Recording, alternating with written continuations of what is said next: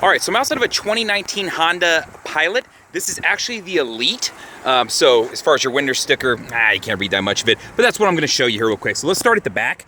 The back, I'll start you off by showing it is a powered tailgate. You do have the keyless access as far as hitting the buttons right underneath, and you can throw your foot underneath, hence the sticker right here, so that I'm able to throw my feet underneath. It'll pop open for me just as I did right there. And all you're doing is throwing it right under the center to make it happen. Oops, so I'm sending it back down.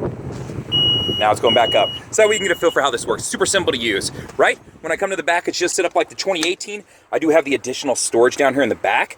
So I can either have it hidden or I can drop it down and lay it down in here. And I can either have carpet or plastic depending on what's in here. So if I have groceries that are wet and I don't want to get them wet, I don't want to soak the carpets, I can flip this. As far as your back seats, you can see I have all the tethers and anchors set up for kids' seats. And to throw it down, it's the same as the previous generation. I can lay them down just like that.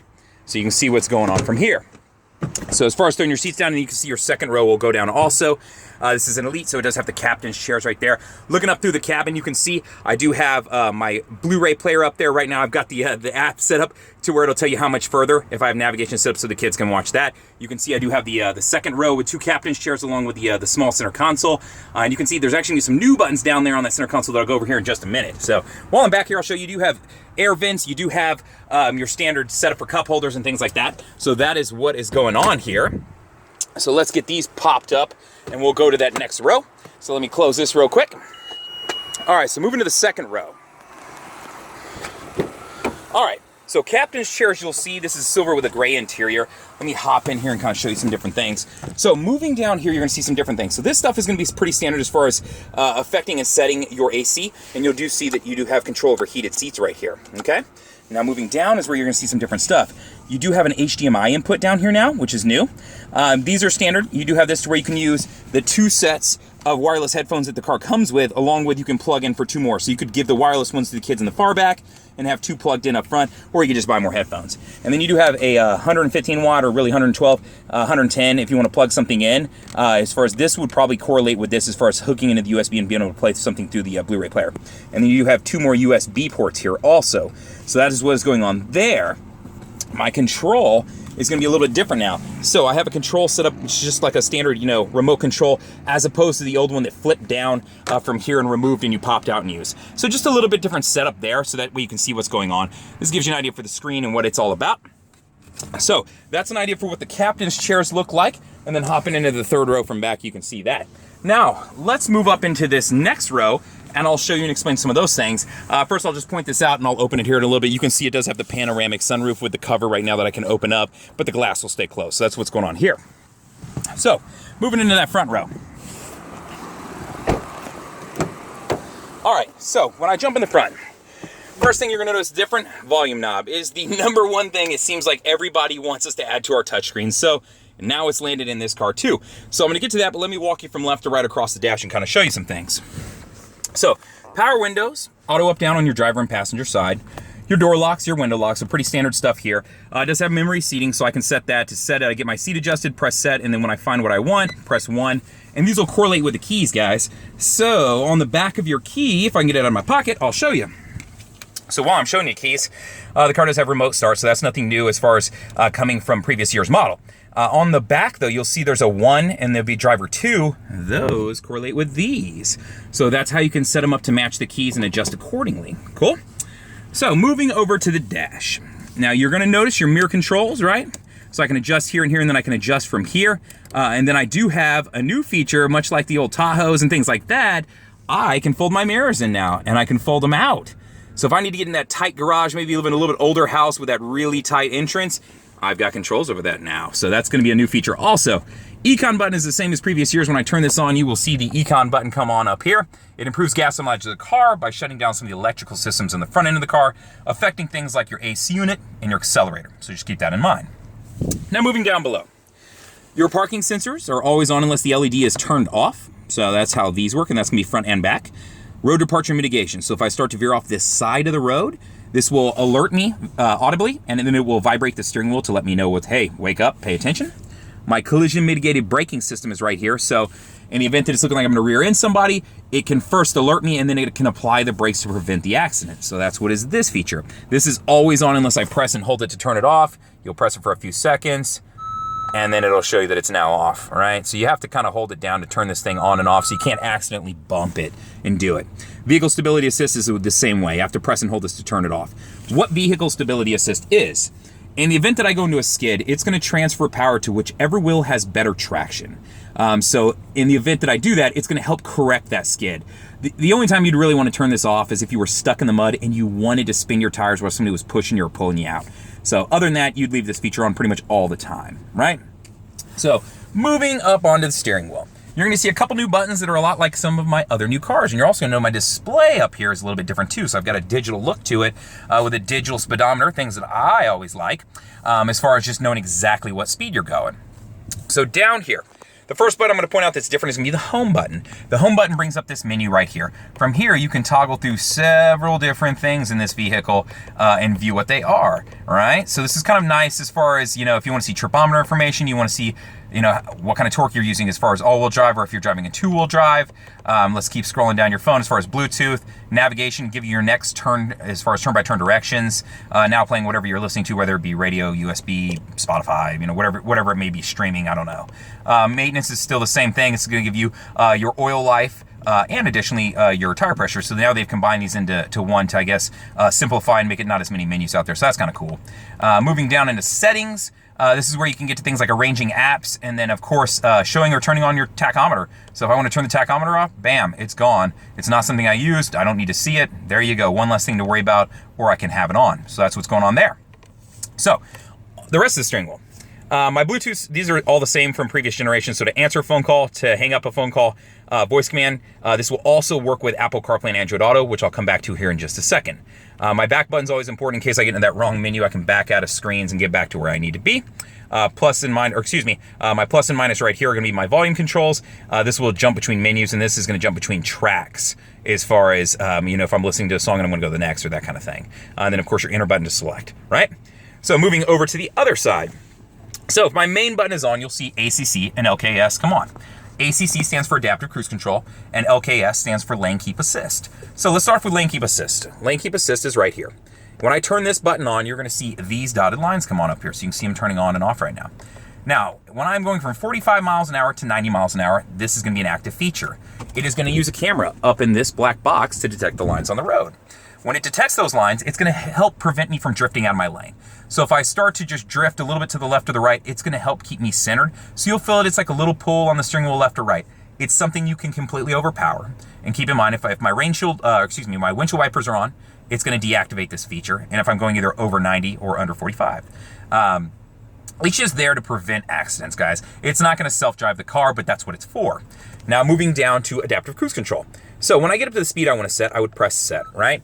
And where it says ACC off right now, because obviously I'm not moving, I don't have a seatbelt on a lot of these things, you're going to see a car icon appear, and that's detecting the car in front of you. And it's using the radar down in the grill of the vehicle to detect that car in front of you along with the camera. So it's using two features here. What it's going to do is allow you to set the speed that you want, and then from there you can select the distance it will keep between you and the car in front of you. So when I press this, you're going to see boxes, and the less boxes, the less space in front of me it's going to create. So you have 4 different options here. So that's how this feature works. So these are the same features used in that collision mitigated braking system down here. It's just giving me a little bit more control over how they work. Now this, you will notice, is my cooled steering wheel. So this gives me control over that as far as affecting the temperature on the steering wheel. And you can tell it's on by the little LED right there. So it's just pretty sweet that I can heat it up, is really what I should say. Now, my paddle shifters right here are set up to where I can adjust accordingly on my own. So that way, if I want a little bit more control over the car, as far as that goes, that's how I would do it. My lights toggle over here, so I can set them to auto. I can turn on and off. Pretty standard features there. And then over on the other side, you can see that I have my windshield wiper controls. The very back, I can control from here. And the front, I can control by lifting and lowering the toggle. Moving over into the dash. So let's start you over here, right front and center. So let's go to the home button. So what you're going to see here is some standard features. And this is going to carry over from the previous year. I can press and hold. Once this pops up, now I can start moving stuff around. So that way, if I want to move functions and features and shift stuff around, hey, I like this to be here, I want that to be here, I don't use Apple CarPlay, so I want to move that feature there, and then when I'm done, I press done, now it holds those positions. Same thing, I can adjust these positions up here too. So if I want to change some of these, I can get rid of stuff, I can move it around, I can just do some different things. So it's just kind of cool that I can add and adjust and move features. So very simple and very easy to understand for most people.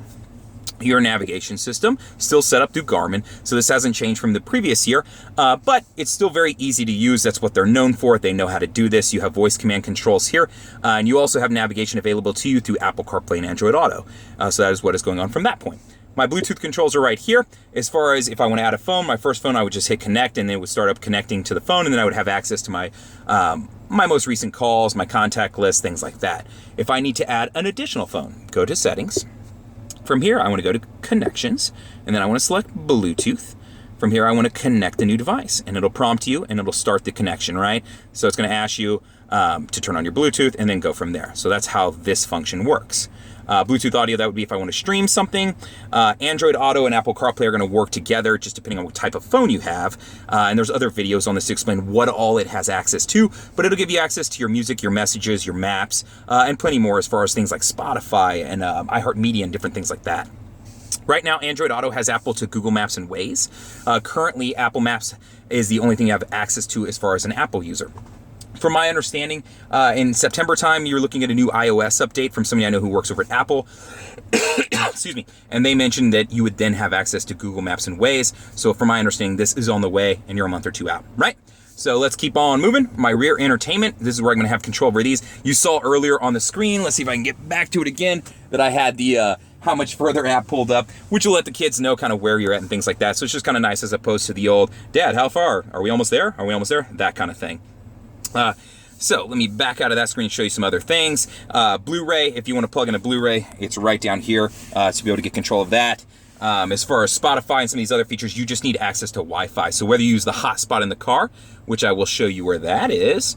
So let me scroll 2 screens over, my AT&T hotspot. They're going to give you, I believe, 90 days for free, and then you can pick it up for you one. I believe it's $7.99 a month to get the plan rocking and rolling. So that is what is working from here, then giving everybody access in the car. To turn it on, you just hit the button right there, and then it'll fire it on. So confirm, and then you can get it rocking and rolling, right?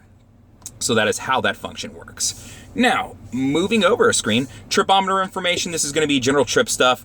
I don't think I need to explain this too much to anybody. Moving over across, text message function, it'll read text aloud to you. You have 90 days of satellite radio. You've got USBs that you can plug into, so you can see one down there. That one's going to work with Apple CarPlay and Android Auto, hence the phone on it. And then you do have additional USB down in here, along with another power outlet also. The aux input will allow you to simply do what you say. You know, it's the 9mm input where you can access, you know, music off of MP3 players, things like that. Social playlists is a really cool feature. It allows all the people in the car to submit songs into a single playlist and play them. So really cool features, being able to add things, and that way it's not, hey, we all have to listen to so-and-so's music. We can all add to a playlist and do it together. So super cool function. You'll find that in the Odyssey and now in the Pilot also. AM, I don't think I need to explain that. As far as system updates, that's pretty self-explanatory. My Honda Music, it's allowing you to store music to the car, so you do have a hard drive, right? The clock if you need to make adjustments. Cabin talk. So this is carrying over actually from the Honda Odyssey in the new 2019. What you can hear right now, I don't know if you can hear the echo, but in the back right now, I'm coming over the speakers to let kids in the back know without having to yell, hey, we need to make a stop. Who needs the bathroom? Things like that. I can turn it off to where I'm not using, excuse me, I guess you have to press it. Press button to turn off and then on. Oh, okay. So now I'm coming through the headphones additionally too. If I want to turn my mic completely off, I can mute both of them. So now I'm back to normal. So when the mic's on, I can pick, do I want both? Do I just want one? How do I want it? And you can see they highlight to let you know which one is on. So just a super cool function as far as being able to talk to everybody and make an incredible echo. Sorry, I'm a nerd. So keep on moving here. So you saw cabin talk and how that works. Honda Link will just give you access to your car. You need a Wi-Fi connection, and it gives you recall notices, you know, maintenance reminders, things like that. And moving forward in the future, you're going to see features and functions such as being able to locate your car, send directions to your car, different things like that, depending on if you want to subscribe to certain features. So just keep that in mind. Your mirror does have, of course, Honda Link, where you can plug in and set up garage clicker, gate clicker, you know, all those different things. Moving up here, I do have my Onetouch Moonroof that I can throw back, and then I'm actually going to throw open the very back so you can see the Panoramic Sunroof. So that is what is going on there. You can see it is still covered in glass, but I do have a cover for it. So I'm going to send both of those back for the front one and the back one so you can see what's going on here. And I'll throw that cover back too. So super cool. It's really nice, especially at night. You can check out the stars and stuff. As far as your Honda Link, this is also going to give you much like an OnStar kind of setup. Same idea, along with just a general 911 like roadside assistance. So that's what you got going on here. And then as far as your map lighting, you know what I mean, I can set it to where when the doors are on, they'll turn on and off, you know what I mean, just depending on how I want that set up. The rest of the stuff is what I call new car stuff. So lit vanities and things like that. You'll notice the tops are always going to be that charcoal gray. Doesn't matter what color interior you pick. Along with your door sills, they're always going to be that charcoal gray too, and that's to prevent glare. Your floorboards are always going to be that charcoal gray black, and that's just to prevent dirt. So that is what is going on there. Additionally, moving over to the AC unit, it's still a tri-zone climate control, so I can control left, right, and back separate of each other. So if I want to jump over to the rear settings, I can turn the fan on and off. I can affect their temperature and things like that. I can also lock the back, so if I got little ones back there playing with buttons, I can prevent that.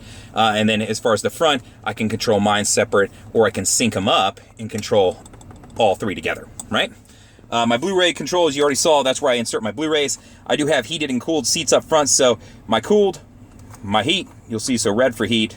I've got 3 different options, and then cool, 3 different options, and that's on both sides, right? So everybody understands that. I do have a wireless charger that I can use here to charge my phone, so that's always awesome. As far as not having to have wires running all over the place. I do still have the shifter set up without a shifter. I know that this has been a struggle for some of my customers, but it makes a lot of sense when you have LEDs here to help you out. So when I throw it in reverse, it lights up green. My backup camera comes on. I have 3 different views. I do have dynamic guidelines, so depending on what I'm doing, if I need to cut the wheel, it'll cut with me. I do now have cross-traffic monitoring in the car, which is cool. Just landed in a couple of my cars, which if somebody's coming from my left or right, it'll give me an audible alert, and it'll shoot arrows from whatever side they're coming from. So that's just a cool function there also. And then I do have this new feature, which is super cool as far as alerting me to where someone is coming from and how close I am to different things. So really cool function. You won't find that in any other car right now. That's new to Honda, and this is the first car it's landing in. Now, moving down, neutral, you'll see when I shift, it's going to light up for me. My traction control settings, when I throw this on, you'll see normal, you'll see snow, you'll see mud, and sand. And it actually gives me a little a graphic there, so that's kind of cool. My auto on-off start, so this is idle stop. When I come to a complete stop, it'll shut off the engine but leave the rest of the car on just to save as far as gas. I can turn this on and off, but keep in mind, you do have to turn it on and off every time you get in the car if you don't want it on. So just something to keep in mind. This is on your, I believe, your Touring and Elite. So that is a quick rundown of this vehicle. If you have any questions, feel free to reach out to me. I would be excited to tell you about it and learn about it myself. You can always reach me at the YouTube video. You can always call me at 512-443-4300 and ask for Justin Fuller. And then you can email me, the letter J, followed by Fuller, my last name, at howdyhonda.com. Thank you much.